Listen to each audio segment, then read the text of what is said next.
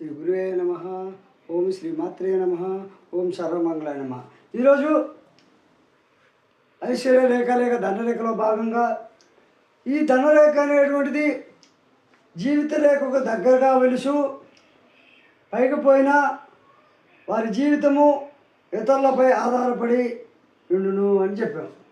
అంటే ఇది జీవిత రేఖకి దగ్గరగా పోవాలి అని ఇంతకుముందే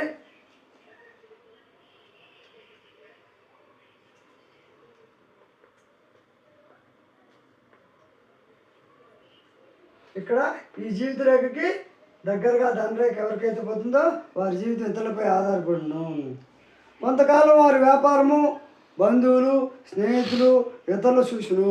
ఈ విధంగా ధనరేఖ ఆయుష్ రేఖ దగ్గరగా కనిపితే వాళ్ళ వ్యాపారాలు వాళ్ళ బంధువులు వాళ్ళ స్నేహితులు ఇతరులు చూసును.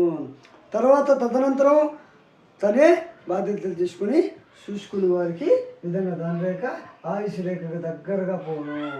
తగలదు కానీ దగ్గరగా పోతుంది. ఆయుష్ రేఖకి మరి దగ్గరగా తగలకుండా దగ్గరగా పోతే ఇతని వ్యాపారాలకు సంబంధించినవన్నీ కూడా తన బంధువులు స్నేహితులు చూసుకుంటారు. కొంతకాలం తర్వాత మరి అతని బాధ్యతలు తీసుకుని తన వ్యాపారాలు చూసుకుంటారు. అదేవిధంగా ధనరేఖ శని స్థానం నందలి శనివేలి మూలము నందలి పర్వంత రేఖను అంటినా. ఇప్పుడు ఈ ధనరేఖ అనేటువంటిది ఇలా ఉంది. ఈ శని రేఖ అనేటువంటిది ఇలా చూడు, ఈ ఎక్కడ చూడు ఇక్కడ అంటేసింది. ఎవరికైతే ఈ ధనరేఖ పోయేసి ఈ శని మధ్య వేలకి దగ్గరగా పోయి ఈ అంచుకి తాగుతుందో ఇక్కడ తాగినలా అంటినా సరే లోపల పైకి దాటిపోయినా సరే అలాంటి వారి జీవితము కష్టమై ఎంత సంపాదించినా నిలవదు. అదేవిధంగా రుణభారం ఇచ్చును, ఇతరుల ద్వారా అవమానాలు పొందును, ధన సంబంధ చిక్కులు కలుగును. అదేవిధంగా ఆలస్య పల్లంగా నుండి ధనరేఖ బయలుదేరి శనిస్థానం చేరిన ప్రథమంలో కష్టాలు. ఈ యొక్క మధ్య భాగం అనేది పల్లంగా ఉండి ఈ పల్లం నుంచి ఈ ధనరేఖ శనిస్థానం మధ్యలో నుంచి కానీ బయలుదేరితే కష్టాలు నష్టాలకు లోనై 25-35 సంవత్సరాలు దాటిన తర్వాత స్వశక్తి వల్ల సామర్థ్యం వల్ల వృద్ధిలోకి రాగలుగును. అంటే 35 సంవత్సరాల పైన పిత్రార్జిత ఆస్తులు లోపల 35 లోపల పిత్రార్జిత ఆస్తులన్నీ ఈ విధంగా మధ్యరేఖ బలంగా ఉంటే ఖర్చు చేసిన వాడగును. అదేవిధంగా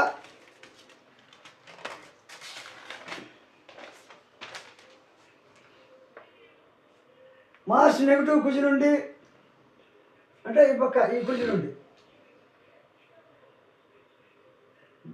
బుధరేఖ అంటే ఆరోగ్య రేఖ శిరోరేఖను ఖండించు శనిస్థానం చేరిన ధనరేఖ ఉన్నా వివాహము అంటే ఇక్కడ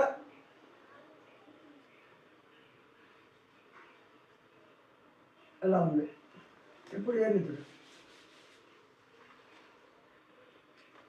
ఇక్కడ ఆరోగ్య రేఖ ఉంది, ఇది ఉంది. ఈ యొక్క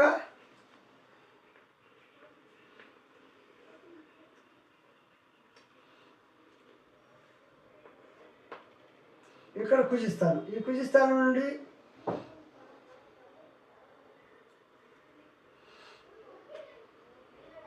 అలా బుద్ధి రేఖ ఉంది. ఈ కుజిస్తానం ఉంది, ఈ మార్స్ నెగటివ్ కుజిస్తానం నుంచి ఒక రేఖ పోయి ఈ విధంగా కలిసి శని స్థానంలో ఉన్నటువంటి ధనరేఖను కానీ కలిసిన వివాహం వల్ల అన్ని స్త్రీ సంపర్కం వల్ల జార దోషం వల్ల నూతన జీవితం ఏర్పడే లాభదాయకము కలుగును. అంటే ఈ విధంగా కుజిస్తాను, ఇది కుజిస్తాను, ఇది చంద్రస్థానం, ఇది కుజిస్తాను, మార్స్ నెగిటివ్ కుజిస్తాను. ఈ కుజిస్తానం నుండి ధనరేఖ ఎవరికి పోతుందో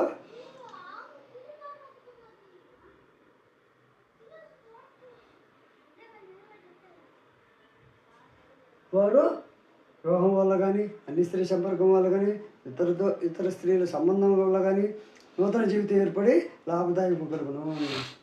శుక్రస్థానం నుండి ఒక రేఖ ధనరేఖ పక్కనే పోతున్నా. ఇప్పుడు ఇది ఆయుష్ రేఖ, ఇది బుద్ధి రేఖ, ఇది ధనరేఖ.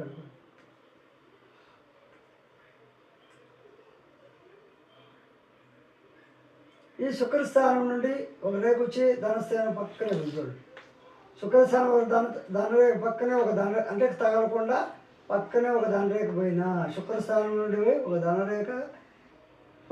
ధనరేఖ పక్కనే పోయి శనిస్థానం చేరిన స్వయం కృషిరీత్యా బంధుమిత్రుల వలన, ఇనుము వ్యాపారం వలన, బొగ్గు వ్యాపారం వలన, నూనె సంబంధ, నార సంబంధ, లోహాల ద్వారా వ్యాపారంలో రాణింపు కలుగును.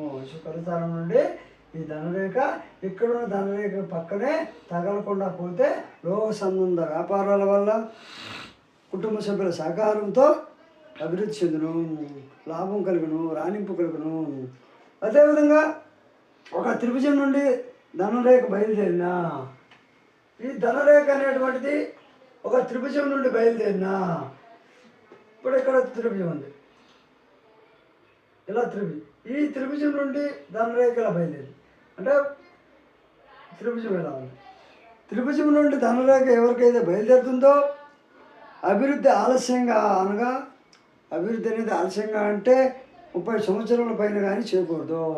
ఈ ధనరేఖ త్రిభుజం నుండి ధనరేఖ బయలుదేరితే 30 సంవత్సరాల పైన కానీ అభివృద్ధి చెందలేడు. అదేవిధంగా 2వ హస్తాల్లో బుద్ధిరేఖ నుండి ధనరేఖ పుట్టిన ఈ 2 హస్తాలు అంటే ఎడమ చేతిలో కానీ కుడి చేతిలో కానీ 2 చేతుల్లో ఈ బుద్ధిరేఖ నుండి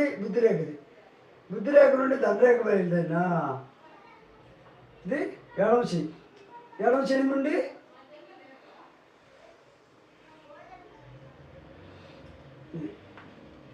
ఇది చెల్లిస్తాను అంటే ఎడమ చేతి నుండి కానీ బుద్ధిరేఖ, కుడి చేతి నుండి బుద్ధిరేఖ,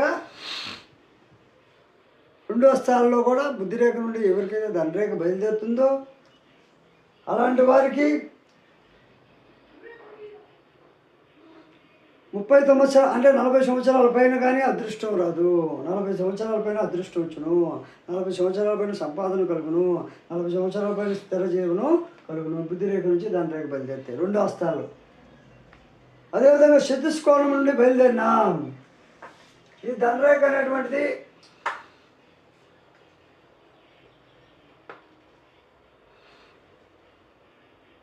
ఇది చతుష్కోణం 4 పక్షాలుగా ఉంటుంది. కోణం నుండి ఈ విధంగా కోణం నుండి ధనరేఖ చతుష్కోణం నుండి ఎవరికి ధనరేఖ బయలుదేరుతుందో 48-49 సంవత్సరాల నుండి అంటే 47 దాటాలి. అభివృద్ధి, ఐశ్వర్యము, స్థిరాస్తి సంపాదన, గృహ జీవితము ఆనందంగా ఉందరు. అంటే ఈ యొక్క చతుష్కోణం నుండి ధనరేఖ ఎవరికి బయలుదేరితే 47-48 సంవత్సరాల నుండి వారికి అభివృద్ధి జరుగును, ఐశ్వర్యం వచ్చును, స్థిరాస్తి కలుగును, సంపాదన కలుగును, గృహ జీవితం ఆనందంగా ఉండును. అదేవిధంగా ధనరేఖపై అడ్డుగీతలు ఉన్నా ఈ ధనరేఖపై అడ్డుగీతలు ఎవరికైతే ఉంటాయో తాత్కాలిక కష్టాలు, అంతేగాని పూర్తి నష్టం. ధనరేఖ మీద ఎవరికైతే అడ్డుగీతలు ఉంటాయో వారికి తాత్కాలిక కష్టాలు కట్టుకును, తాత్కాలిక నష్టాలు వచ్చును, తాత్కాలిక చిక్కులు వచ్చును. ఈ తాత్కాలిక చిక్కులు అనేవి 4 నుండి 9 నెలల మధ్యలో 4 నుండి 9 మధ్యలో వరకు అడ్డురేఖలు ఉంటాయి. 4 నుండి 9-10 నెలల వరకు అడ్డురేఖలు ఉంటాయి. అంటే 1 సంవత్సరం పాటు కష్టాలు ఉంటాయి.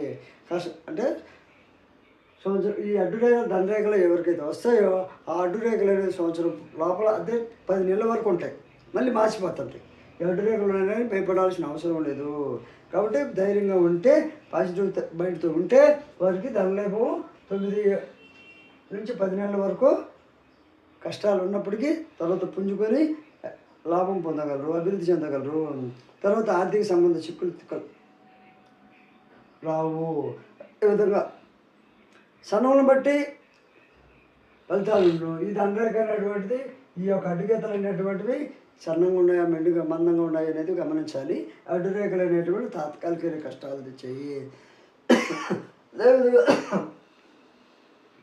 అదేవిధంగా ధనరేఖపై అడ్డుగీతలు తాత్కాలిక కష్టాలు కలుగునని, చిక్కులు కలుగునని, కష్టాలు అనేది భయభాస్వరకుండాని, ఆర్థిక సంబంధ చిక్కులు కలుగునని, లావు సన్నములను బట్టి రేఖ యొక్క మందము లావు సన్నములను బట్టి చిక్కులు తీవ్రత ఉండునని, కష్టాలు తీవ్రత ఉండునని తెలుగును. అదేవిధంగా అడ్డుగీతలు సస్పెన్స్లో ఉన్నప్పుడు ఈ అడ్డుగీతలు అనేవి ఎప్పుడు ఏర్పడతాయంటే ఒక ఉద్యోగి సస్పెన్స్లో ఉన్నప్పుడు అడ్డుగీతలు ఏర్పడతాయి ధనరేఖలు. అదేవిధంగా ఇతరుల చేత నష్టం కలిగిస్తున్నప్పుడు, ఇతరుల ద్వారా నష్టం కలుగుతున్నప్పుడు అడ్డురేఖలు వచ్చి ఉంటాయి. ఇతరులు మనం నష్టం కలుగుతున్నారు అన్నప్పుడు అనుకున్నప్పుడు ఈ విధంగా అడ్డుగీతలు వస్తాయి.